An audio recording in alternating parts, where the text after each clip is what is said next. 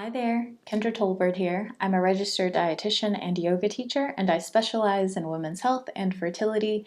And today I have a video all about breakfast to optimize your fertility. So maybe about a month and a half ago, possibly even 2 months ago, over on the community tab, I asked you all to share what you turn to for breakfast most often. And I got a ton of responses. So many thanks to all of you who shared what you like to have for breakfast. Unfortunately, I got so many responses that there was just no way that I could cover all of them. I think originally I said I was going to cover 3, but instead I decided to cover 5. So we're going to talk about those 5 common go-tos that you all shared with me for breakfast, and I'm going to make recommendations on how you can amplify them or change them up a bit to really support your fertility. It feels really important that I bring up culture in all of this. So I was born and raised in the United States of America. It's still where I live. So that definitely colors a lot of my food choices and food recommendations. So what I'm sharing here is coming directly from that point of view, right? From my Western point of view. So if you are from a culture that is not like mine, do not feel like you need to adopt my eating habits or the eating habits of the United States of America in order to support your fertility. That is not at all the case.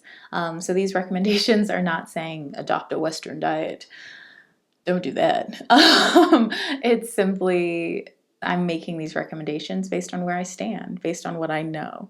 So if you are one of the many lovely humans from India who shared some of your breakfast options, I apologize now because it's not my culture. And so I wasn't able to make recommendations. So what I would recommend that you do is take a look at the video that I did with Sarika Shah, the Indian nutritionist. She is a magnificent dietitian.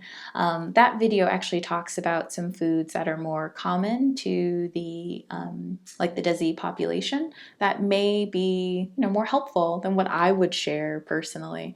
And I'd also recommend that you check out her Instagram because she actually has a really lovely post on ways to add in more protein to your breakfast. And that seems to be one of the most commonly missed macronutrients across the board when it comes to breakfast. Is like we're just often not eating enough in general, but we're often not eating enough protein specifically. So I'm going to link to both the video that I did with her as well as that Instagram post so that hopefully you can get some ideas on ways that you can add in more protein and in a way that really aligns with your cultural preferences and what makes the most sense for you and where you live in your life. Okay, so on with the rest of the video. Now, before we dive into the meals that we're going to talk about, I wanted to just give you an idea of why I think it's so important that you have breakfast if you were trying to conceive, or just in general. Like, honestly, I think breakfast is just important. Do I think it's the most important meal and it's more important than other meals? No, but I think all meals are important. So skipping this one means that you're missing something important, at least in my opinion. So reason number 1 is that breakfast is an opportunity to start your day off in a way that is supportive, in a way that is enjoyable. And I think that that's really, really important. So if you skip breakfast, that means that you've missed out on a chance to give your body a variety of nutrients and to really kind of delight in your senses, right? So you're not having the chance to give your taste buds something that you really enjoy. You're not getting the chance to smell something fragrant that possibly even brings you back to a moment that puts a smile on your face. You're not getting a chance to have all those textures and all of those sights that comes with breakfast. And if you're someone who's fortunate enough to have breakfast with other people, you're missing out on that opportunity to connect. So that's the number 1 reason for me to have breakfast is you don't want to miss out on these opportunities to nurture yourself, to nourish yourself, and to possibly even be in community. Reason number 2, and this one is big. This one I often see when I work with clients one-on-one, is that when they don't have breakfast, it's like the rest of the day, they just can't be satisfied. It's like their appetite just becomes absolutely ravenous, and no matter what they do the rest of the day, they never fully feel satiated. And so if you are someone who is finding that at the end of the day, no matter what you've eaten that day, you find that you still have all of these cravings, you find that you are still looking for more and more and more, you may want to take a look at breakfast. You may want to take a look at the start to figure out what is going on at the end. So breakfast seems to help people to stay satisfied and satiated more, and to actually be able to have a sense of like an ability to gauge when they are actually full during the rest of their meals and snacks.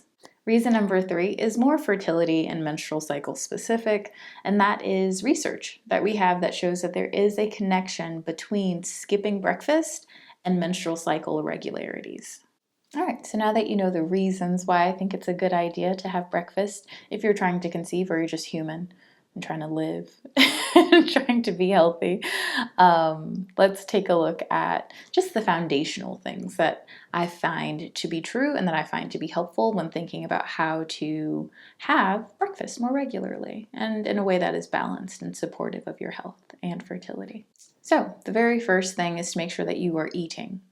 That's simple, because for a lot of people, it's just that they're skipping it, right? So that's my first tip. Eat something, and don't feel that it has to be a breakfast food. You really can't eat whatever you want for breakfast. It doesn't have to be breakfast food. The second thing that I would say is to try to have protein, fat, fiber, and carbohydrates at that meal. Try it out. See if you notice a difference when you have all 4 of those components in a meal. How do you feel the rest of the day? Ask yourself these things. Don't just do it because I said it. Try it and then see how you feel. And my third tip is to have your go-tos, have them ready. Because for a lot of people, it's the fatigue of decision making, right? Like it's that fact that you wake up and you're like, I don't have to think about what I'm going to eat. Like make it really easy on yourself to make eating breakfast a habit. All right, so let's hop into those meals. So the very first meal is not having a meal. So the breakfast skipping that we talked about. For this one, again, it's just go back to the foundational truths about food. Variety matters, eating enough matters, try to have all your basic components in there. So what I often hear though is that people don't like breakfast food. And so I talked about that. Just eat something else. It doesn't have to be breakfast food. It can be what you would normally have for lunch or dinner or a snack. Have that instead. It's okay. You can free yourself from the idea that you have to eat breakfast foods. The other thing that I would recommend for people who find that they prefer to drink something. I often see people are like, well, I'm okay with having like orange juice or I'm okay with having coffee, is perhaps you try a smoothie instead. I actually have 3 fertility smoothies here on this channel, so I'll make sure to link to those. You might want to try something like that. For most of those though, I would recommend that you have a protein-rich food along with them, or that you add enough protein powder to it to give yourself the protein that you would need to keep your blood sugar balanced. All right, so meal number 2 comes from our vegan friend, or at least she appears to be vegan based on the things that she shared that she enjoys eating for breakfast. So she enjoys vegan bacon, avocado, and sometimes she'll have a tofu scramble with it. So I had to go ahead and Google vegan bacon to see how much protein it has in it, because I think often when people turn to a meat alternative, they're hoping that it's still providing them with protein. The vegan bacon didn't provide very much protein at all. Now, it does depend on how much of it you're eating, but if you're not eating very much of it, you're really not getting a ton of protein from it. So in her case, what I thought would be a good idea would be to consistently have the tofu scramble with it to get more protein, and perhaps find a way also to add in more fiber, because there wasn't a ton of fiber in this as well. So the idea I came up with would be to make a breakfast burrito out of it. So to take a full grain tortilla, add the tofu scramble, add the avocado, add the vegan bacon, and maybe add some leafy greens and salsa, maybe add some mushrooms, any sort of vegetable that you would enjoy. And that way you've added more carbohydrates, you've added more protein, you've added more fiber, and you've added more variety. And the more you're eating a variety of foods, the more you're giving your body a variety of nutrients. The second meal was cereal. Now, this person didn't share exactly what type of cereal they like to have for breakfast, so the recommendations aren't so much based on what this person said specifically, but what I often see. What I often see is when people have cereal is that they're not choosing a full grain cereal, so they're not getting a ton of fiber in. So first thing to change would be to choose a full grain cereal or a whole grain cereal. The other thing that I often see is that people are having a fat-free or a reduced fat milk along with it. And so I would recommend having whole milk with it if you are having cow's milk with your cereal. I know not everyone enjoys cow's milk. I know not everyone can tolerate cow's milk, but if you are someone who can and does, then I would recommend opting for whole milk rather than a reduced fat or fat-free milk. In addition to that, there's really not much going on with cereal in most cases. Even if you get the ones that are like, we added a sliver of nuts. It's a sliver, y'all. You see them, they little flakes. In this case, I would recommend adding like a full handful or however many nuts. How much nuts? That sounds weird. How many nuts you would like to add to the cereal to add in more fiber and to add in more fat and to add in more protein. So like a decent handful of nuts I think would be a good idea to add to a cereal. You could also add in cinnamon and ginger, dried cinnamon and ginger. You're going to add a whole new flavor profile to make it enjoyable, but you're also getting in those antioxidants. And last but not least, you might also want to add in some berries. So you're getting in antioxidants, you're getting in variety, because variety matters. That also helps to make a meal more enjoyable. And you're also getting in vitamins and minerals and fiber and all that jazz. So that's what I would recommend doing with a cereal, is really amping it up. The other thing that you could do is, rather than thinking of the cereal kind of as the base, is think of the cereal as a topping.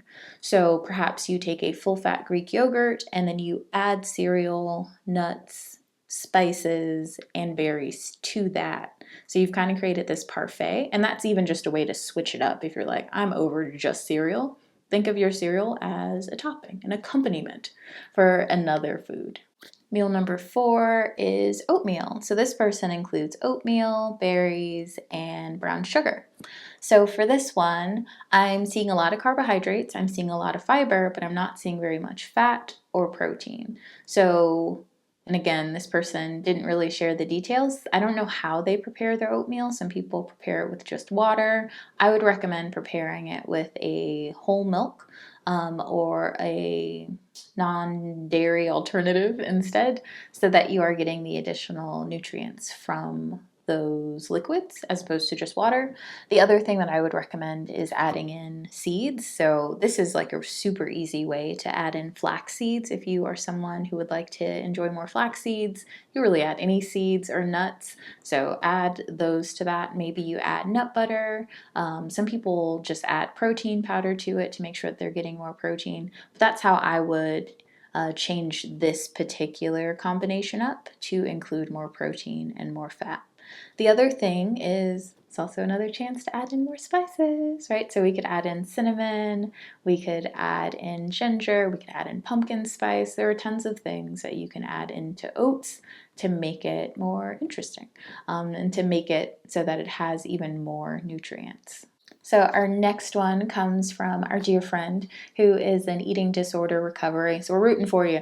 And she is on her all-in journey. If you're not super familiar with the idea of going all in, it's the idea that you allow yourself to eat just as much as you need to, as much as you want to, without any form of restriction, in order to, often it's to regain your menstrual cycle and recover from that deep state of deprivation that you were in as a result of an eating disorder, or even just restrictive eating in general, even if it hasn't been diagnosed as an eating disorder.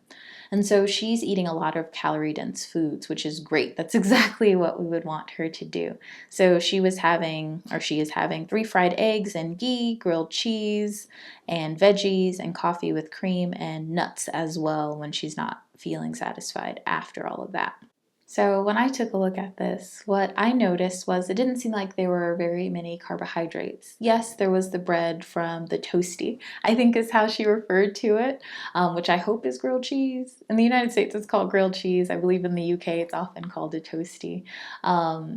So there was bread there. So there were carbohydrates there. But for the most part, the energy was really coming from protein and fat. And we also, it's not just a matter of making sure you're getting enough energy, you also want to make sure that you're getting enough of all of the macronutrients as well.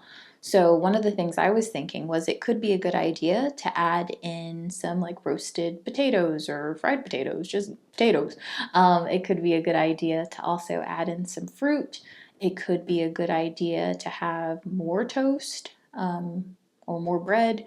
It could be a good idea to have sweet potatoes along with it, but something that's giving you carbohydrates as well, because it did seem that the carbohydrates were still low, even if the energy was high.